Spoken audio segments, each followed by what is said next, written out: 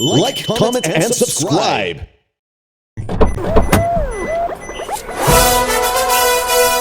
ఐమనోళ్ళు నేను మీ సాయి. నేను డిఎస్కే దునియా అనే ఛానల్ కొత్తగా ప్రారంభించాలనుకున్నాను. అది ఎక్కడ ప్రారంభించాలని చాలా ఆలోచించాను. నాకు బెటర్ ప్లేస్ వృద్ధాశ్రమం అనిపించింది. కానీ వృద్ధాశ్రమం అనే పేరు అనడం తప్పది. దాన్ని ఆత్మీయ ఆశ్రమంగా చెప్పుకోవచ్చు. వాళ్ళ ప్రేమ అనురాగాలు వాళ్ళతో పంచుకొని వాళ్ళ మాటలు మనం షేర్ చేసుకొని వాళ్ళతో ఓపెనింగ్ చేపిద్దాం ఈరోజు ఛానల్ అని ఇక్కడికి వచ్చాను. అదిగో ఓల్డేజ్ హోమ్.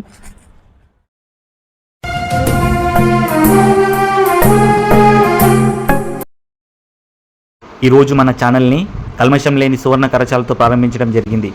ప్రేమ ఆప్యాయతలతో ప్రయాణాన్ని ప్రారంభించి మన ఆత్మీయుల ఆశీర్వాదం సేవ అనే ఆయుధంగా మార్చుకొని ముందుకు సాగుదాం. మన అందరం కలిసి ఆపదలు ఉన్న వాళ్ళకి అండగా నిలబడతాం. Thank you your supporting.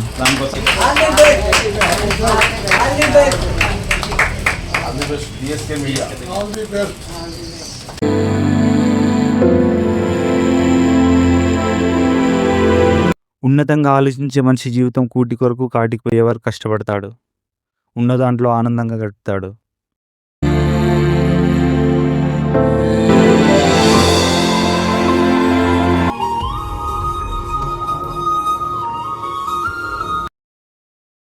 గర్వంతో ఉన్నవాడు నలుగురిని ముంచి ఆస్తులు పెంచి ఇంకా ఉన్నతంగా బ్రతకాలనే ఆలోచనతో అంతమైపోతాడు. ఒక మనిషిని బాధ పెట్టి అక్రమంగా తీసుకున్న సంపద తాత్కాలిక సంతృప్తినిస్తుంది, కానీ తక్కువ కాలంలో కర్మ ఫలితాన్ని ఇస్తుంది. ఇది జీవిత సత్యం.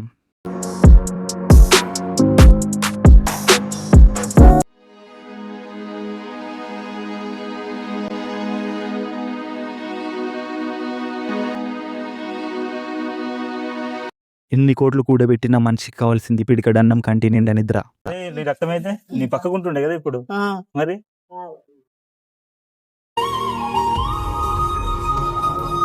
ఎక్కడమ్మా మనది? బాలాజీ నగర్. ఇది మన మల్కాజ్ రోజులైంది.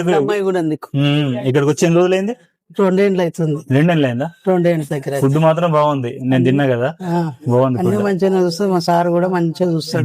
డైలీ ఫుడ్ ఇలా ఉంటుందా? నేను ఇయ్యాలి వస్తున్నాను పెట్టారు. రోజు ఉంటది మాకు ఏదో ఒకటి వస్తూనే ఉంటుంది. డైలీ ఇన్ని రకాలు ఉంటాయి కర్రీలు? ఉంటాయి. అవునా? ఇప్పుడు ఒకసారి 2 కర్రీలు ఉంటాయి, అట్లా ఉంటాయి. కానీ ఫుడ్ ఒక్కొక్క మన ఇంటికాడ 10 కూరలు తింటాం, ఒకటే కూర తింటాం కదా. 2-3 రకాలు. మంచి అదృష్టవంతులే కదా మీరు. మరి అదృష్టవంతులని వాళ్ళ ఆనందం కోసం ఒక అబద్ధం చెప్పవలసి వస్తుంది. హాస్పిటల్ కామినేని డాక్టర్లు వీడికి వస్తారా లేకుంటే మీరు ఆడికి వస్తారు? ఆడికి కూడా పోతాం. వీడికి ఎక్కువ పిలిపిస్తుంది ఇప్పుడు, ఆడికి కూడా పోతాం. మీకు ఎంతమంది పిల్లలమ్మా? ఇంకో కొడుకు చనిపోయాడు. మనమాడు 3 ఏళ్ళు ఉన్నాడు అప్పుడు. అంతే, తల్లిగారింటి కన్నా ఉంది. ఒక్క తేడు ఉంటది. చూసుకున్న వాళ్ళు ఎవరు లేరు. మా మనమాడు కోడలు చూసేది ఉండే గానీ ఇల్లు కట్టిస్తూ పంపడంలో తల్లిగారింటి కాడ అన్ని అమ్మి ఇల్లు కట్టిస్తే 2 ఏళ్ళు ఉండనిచ్చింది. నుంచి ఉండొద్దని పెట్టింది.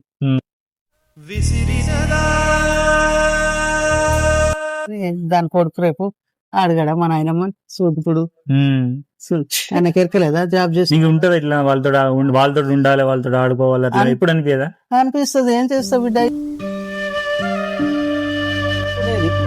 మేడ కట్టించిన రోడ్డు కూడా ఫోన్ చేస్తే ఎత్తది అంటే పెట్టేస్తుంది. అంతే.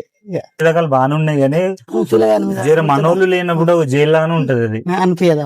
ఎంత పరమానందం పెట్టినా నీకు ఆ సుఖం అయితే రాదు కదా. ఇంట్లో సుఖం రాదు. ఇంట్లో కారంతో తిన్నా మన్మరాల ప్రేమలు ఎలా ఉంటాయి కదా. బాగుండ పిల్లగాడు ఇట్లా అనే వరకే ఫోన్ పెట్టేస్తుంది. ఇక ఏం చేస్తాం? ఎంత చేసి కూడా ఇవాళ రేపు చేతికి ఇచ్చి ఇది చేసాను. తింటే తిండ్రి, కనీసం నాకు పింఛన్ వచ్చి నన్ను ఎలగొట్టవలసి వచ్చింది. నీకు చేతనైనప్పుడు కొంచెం హుషారుతో ఉంటే ఈ పరిస్థితి వచ్చేది కాదు నీకు. అది అమ్ముకుని ఉంటే మంచిగా ఉంటుండే. నా కాళ్ళ కాడికే వస్తురు. ఇవాళ ₹1,00,00,000 ఆస్తి దాని పేరు చేసే వరకు గడ్డెక్కింది. అట్లుంది ఆ ఇల్లు.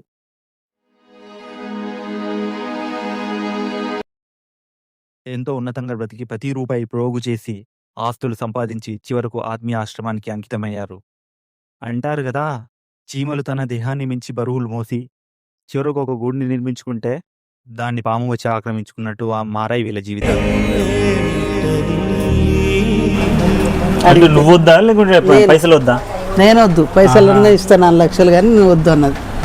ఇక 4 లక్షలు ఏమో కానీ దాని ముఖమే మరి ఇప్పుడు మిమ్మల్ని చూసి ఎవరుకున్నా చెప్పు. బాధలో ఉన్న మనిషికి నేను ఉన్నా అనే ఒక చిన్న మాటగా కొండంత అండగా అనిపిస్తుంది. అదే అంటున్నా, రక్తమే కదా ఎంతైనా. ఇప్పుడు నేను ఇప్పుడు మేము వచ్చిపోతాం, 10 మంది వచ్చిపోతారు, వాళ్ళ లెక్కన అన్నట్టు కదా. నీ ఫ్యామిలీ అన్నట్టు నువ్వు ఎట్లా ఫీల్ అవుతావు? కాదు కదా అనిపిస్తుంది బిడ్డ. ఎదుర పట్టది జీవంతా అయ్యో ఏడుంటి కదా, ఎంత చేసి నా పిల్లగాని దగ్గర నా కొడుకు లెక్క ఉంటాడు కదా అనుకుంటే ఇయ్యాల ఒక్కడే కొడుకు సూసైడ్ చేసుకుండు శ్రీరామనవమి నాడే. అంటే దేనికోసం చేసుకోవడం? అమ్మగారి పోయింది 1 నెల 2 నెలలు ఉన్నది. ఆడేమనుకుంటారో ఏం పాడైందో వచ్చి ఇక మా భార్య భర్తలు గొడవ పడ్డారు, మా ఇంటికాడ చేసుకున్నారు. వచ్చి అయినా మీ ఇంటి దగ్గర సూసైడ్ చేసుకుంటారు. అదే నీ కొడుకుంటే ఈ పరిస్థితి రాకపోతుండే. అందుకోసం మంచిగా అన్ని కట్టుకొని మంచిగా ఉండరు. ఇలాంటి పరిస్థితి ఇంకా వేరే ముసలిళ్ళకి రావద్దంటే వాళ్ళకి ఏం చెప్తావు నువ్వు? అదే ముందే ఉండాలి ఇక అంటే ఏ రకంగా ఉంటే పెట్టరు, పైసా పరంగా ఆస్తి పరంగా అంటున్నారు. నమ్మి ఒకళ్ళ చేతులు పెట్టద్దు, మనం ఉంచుకోవాలి మనం తెలుగుతో ఇప్పుడు అని అంటుండ్రు. ఇప్పుడు గిట్ల వస్తుంది అని అంటుండ్రు ఒకరికొకరు. ఏం చేస్తాం ఇట్లా చేస్తారని నేను కళలో కూడా అనుకోలేదు. అందరు మంచిగా మాట్లాడతారు, ఓళ్ళు తీసుకోరా అని చెప్పాలి. నేను అప్పుడు దగ్గరకు వచ్చుడు కదమ్మా, ఇప్పుడు నువ్వు ఇక్కడ ఉన్నావు కదా, ఇప్పుడు రావాలి కదా. ఇప్పుడు ఆపదలు ఉన్నప్పుడు రావాలి కదా. నీ మంచిగా ఉన్నప్పుడు 10 మంది వచ్చి ఏం లాభం నీకు? మా చిన్న ఆయన పిల్లలు ఇట్లా మస్తుగా ఉన్నారు అక్కడ అమెరికాలో. మా అన్న పిల్లలు, మనవర బిడ్డలు పువ్వులు అమెరికాలో ఉన్నా, వాళ్ళు మేడలలో ఉన్నా, నువ్వు మాత్రం గిన్నె ఏం లాభం చెప్పి. అది అంతే, ఎవరుంటే ఎవరికి చేస్తే అంతా వేస్ట్. గిన్నె మా అమ్మ చిన్న చెల్లెలు కొడుకున్నాడు గిక్కనే గిడ వస్తాడా చున్నీకి వస్తాడా? ఫోన్ చేస్తే ఒక్కనాడు వస్తూనే లేడు. చెప్పు మస్తు చేసిన వాళ్ళకి కూడా. అరే ఇవాళ కనీసం చూసాను అవుతుండా. ఒకసారి చేద్దామా? చిట్టీల వ్యాపారం చేస్తాడా? తుమ్మల సిద్ధార్చనం ఇలానే మాట్లాడుతానుండే ఫోను. ఒకసారి మాట్లాడుతాను, టైం లేదు ఇప్పుడు. బయట ఉండట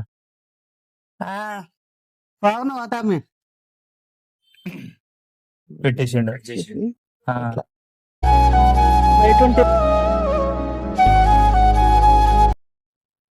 దీన్ని బట్టి అర్థమవుతుంది ఇక ప్రేమలు ఎట్లున్నాయో అర్థమవుతుంది. నువ్వు చూపిస్తున్నావు కానీ అక్కడ నుంచి వస్తలేదు, దొరకలేదు ప్రేమ. వాళ్ళ కుటుంబం కూడా అందరూ చేసిన ఇలాగ ఎట్లున్నారు ఎవరైతే చేసినా ఇప్పుడు నీకు చేసేటోళ్ళు లేరు. మరి నువ్వు మంచిగా నడుస్తున్నావు, నీ అంతలు నువ్వు స్నానం చేసుకుంటావు, నీ అంతలు నువ్వు పని చేసుకుంటుంటే నీ రెక్కలాడితేనే నీకు వాళ్ళు సాయం చేస్తలేదు. ఇట్లా చూసిపోతాను వస్తలేదు. అలాంటి నువ్వు భూమి మీదకి వెళ్ళకపోతే ఇంకోళ్ళు బయట అంటున్నాడు. వాళ్ళు వేసుకోవాలి, ఇప్పుడు 2 వేసుకోవాలి. మీ మన్మనికి ఏమైనా చెప్పాలనుకుంటున్నావు మరి వీడియోలో? మీ మన్మనికి ఏమైనా చెప్పాలనుకుంటున్నావు? చూడాలనిపిస్తుంది, చూడాలనిపిస్తుంది. మనమన్నీ ఇక అంతే, ఇక కోడలు ఇంకంతే. కోడలు వస్తుందా?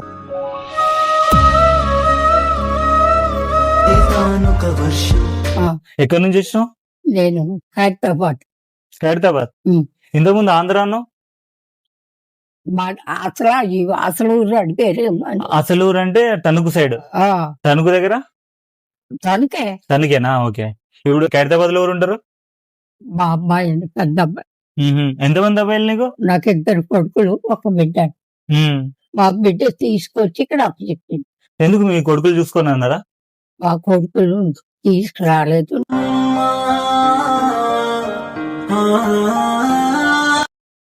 కొడుకులు చూసుకోవట్లేదా నిన్ను అంటున్నా? ఆ కొడుకు ఇంటికాడ, ఈ కొడుకు ఇంటికాడ తిరిగి పెళ్లి అయిపోయినా ఇద్దరికి? పిల్లలు ఇల్లు ఉన్నారా? పెళ్లి వేసినావా? 3, పెద్ద అబ్బాయికి 3 అమ్మాయిలు, చిన్న అబ్బాయికి 1. వాళ్ళకి ఎంతమంది పిల్లలు? మీ కొడుకు ఆ అమ్మాయి తీసుకొచ్చి ఇక్కడ పెట్టింది. మీ ఫ్యామిలీ వాళ్ళు వచ్చి చూసిపోతారు ఇక్కడికి వచ్చి? రాదు కానీ ఫోన్లు చేసి మాట్లాడతారు. ఇక్కడ రారు? ఎప్పుడు రారు? రాదు, ఫోన్ చేసి మా బిడ్డ వస్తుందండి ఎప్పుడైనా. నెలకు ఒకసారి అట్లా వచ్చి చూసిపోతుంది. ఆవిడ కానీ వాళ్ళు ఫోన్ చేసి మాట్లాడుకొని ఎలా వద్దా అని. ఏర్పాట్లన్నీ బాగున్నాయి కదా ఇక్కడ? ఇక్కడ అన్ని మంచి ఫుడ్ బాగుంది కదా? ఫుడ్ బాగుందండి. ఈ సక్షం ఇంటికాడ కూడా మనకు జరగదాన్ని ఉమ్, అంత మంచిగా చూసుకుంటారండి సార్. ఉమ్, కొడుకులు కూడా అడగరండి, ఉమ్. కొడుకుల కంటే అక్కడి ఇంటిగా చూసుకుంటారండి. ఒక కొడుకు కంటే ఎక్కువ చూసుకుంటుంది సార్ మిమ్మల్ని. మాకు అంతే అండి. తిన్నావా ఉన్నావా, ఒకవేళ ఆయన వచ్చేటప్పుడు అలా పడుకుంటా, ఉమ్, ఏమి తెల్లమ్మ పడుకున్నా బాగోలేదా ఉమ్, అన్నీ వచ్చి కనుక్కుంటారు. అలా బిడ్డలు కూడా కనుక్కోరు. మందులు వేసుకోవడాను. 5 గంటలకు మందులు ఒకసారి మొన్న కామిని హాస్పిటల్కి వెళ్ళేవండి, మందులు రాసి ఇచ్చారు. మందులు ఇట్లా సార్ ఇప్పించేస్తాడు. సరే అండి, ఇదిగోండి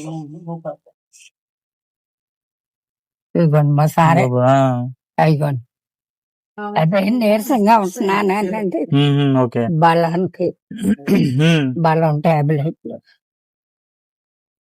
షుగర్ లేదు బాబు, బీపీ ఒకటే నాకు, షుగర్ లేదు. బీపీ ఒకటి ఉందా? ఆ. హెల్త్ హెల్త్ బాగానే ఉంది ఇప్పుడు. ఇది నీరసమేనండి, ఓన్లీ నీరసానికి వేసుకుంటున్నావు అంతే ఇప్పుడు. ఇప్పుడు బలానికి తెప్పించారండి. ఏజ్ అయిపోయిన తర్వాత బలం ఎక్కడి నుంచి వస్తుందమ్మా? అదే ఆ గోళీలతో బలం వస్తుంది చెప్పు. రక్తం లేకండి, ఆ, ఇప్పుడు రక్తం పడతాను. ఏజ్ ఎంత ఉంటుంది నీది? నాది 80 అండి. 80? మొన్న చిరంజీవి సార్ వచ్చిండు ఇక్కడికి, మేము వెళ్ళాము. మీరు వెళ్ళిర్రా? ఆ, ఆహా. మంచిగా భోజనం పెట్టారు, భోజనం ఏర్పాటు చేసిందా? మంచిగా చిరంజీవి సార్ కలిసినా మరి? అయ్యి మంచిగా మాట్లాడారు. ఆ, అది భోజనం పెట్టారు. గర్వం లేదండి ఆయనకి, ఉమ్, ఎంతో మంచిగా మాట్లాడారు, ఉమ్, బాగా మాట్లాడారు. వాళ్ళ కొడుకు కలిసిండా? రామ్ చరణ్. అక్కడ లేదండి, రామ్ చరణ్ కలవలే? సారే కలిసి లేరు కదండి. బట్టలు ఇచ్చిండా? మగోడికి ఆడోడికి కూడా. మీరు అక్కడ వెళ్తే మీరు కలిసిండు అంతే. ఇవన్నీ చేశాక నాకైతే ఫుల్ ఆనందం అనిపించింది. వాళ్ళ కళ్ళల్లో సంతోషాన్ని చూశాను. వీడియో చూశారు కదా, నేను ఎలాగైతే ఓపెన్ చేయాలనుకున్నానో ఛానల్ని, దానికంటే రెట్టింపు వాళ్ళ ప్రేమ ఆప్యాయాలతో ఆశీర్వాదాలతో గ్రాండ్గా ఓపెన్ చేశాను. గ్రాండ్గా అంటే ఏదో అంగు ఆర్భాటాలతో కాకుండా వాళ్ళ ప్రేమ ఆప్యాయతలతో ఓపెన్ చేశాను. అలాగే ఇప్పుడు నాకు 0 సబ్స్క్రైబర్స్ ఉన్నారు. ఇప్పుడు నేను ఎవరి సపోర్ట్ లేకుండా నేను ముందుకు వచ్చి సాయం చేద్దామనే ఆలోచనతో ముందుకు వచ్చాను. మీరు సహకరిస్తే ఒక ఫ్యామిలీలా మార్చుకొని మన యూట్యూబ్ ఛానల్ ముందుకు తీసుకెళ్దామని, నా 0 సబ్స్క్రైబర్స్ నుంచి నాకు ఎంత సపోర్ట్ ఇస్తే నేను ఇలాంటి సహాయాలు ఎన్నో చేస్తూ ఇంకా ముందుకు సాగుతానని మిమ్మల్ని ప్రార్థిస్తున్నాను.